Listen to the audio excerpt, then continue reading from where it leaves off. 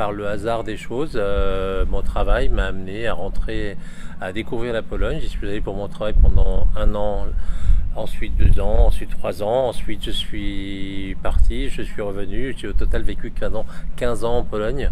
Et donc, je parle un peu le polonais. Et là, je suis de retour en France pour l'instant.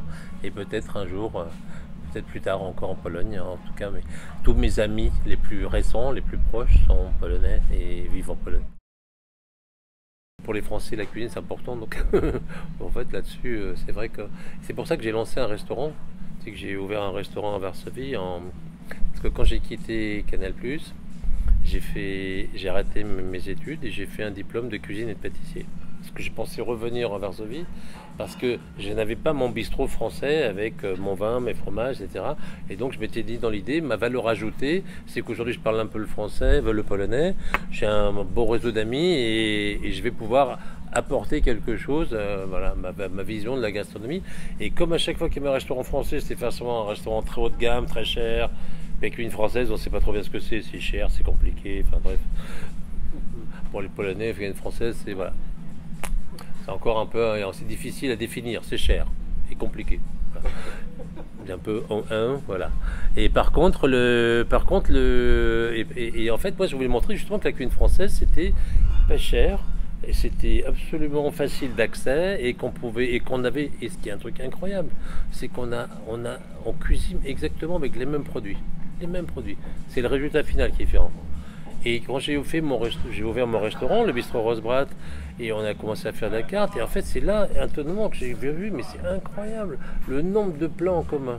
On fait les steaks tartare comme vous, et par contre, ce qui est incroyable, c'est qu'avec les mêmes produits, on fait quelquefois des choses complètement opposées.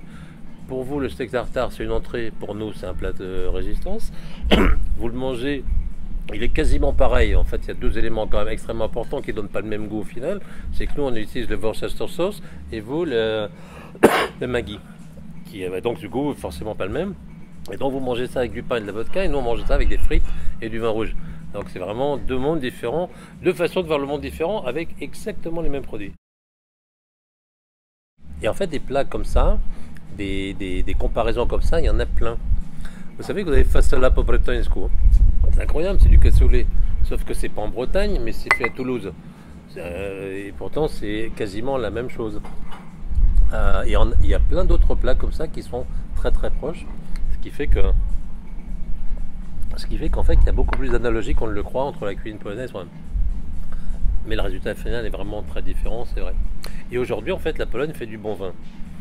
La Pologne ne produit pas de vin jusque-là. Aujourd'hui, on trouve énormément de vin en Pologne. Et d'ailleurs, maintenant, mon restaurant, s'il s'appelait le Bistrot Rosbrat, j'ai revendu mes parts et ça s'appelle Diletanci. Et en fait, Maciej Sandy, en fait, produit du très bon vin polonais. Et donc, je vous conseille d'aller goûter ce vin-là. Il est absolument délicieux. Et il y a plein de producteurs de vin polonais. Mais des vrais producteurs.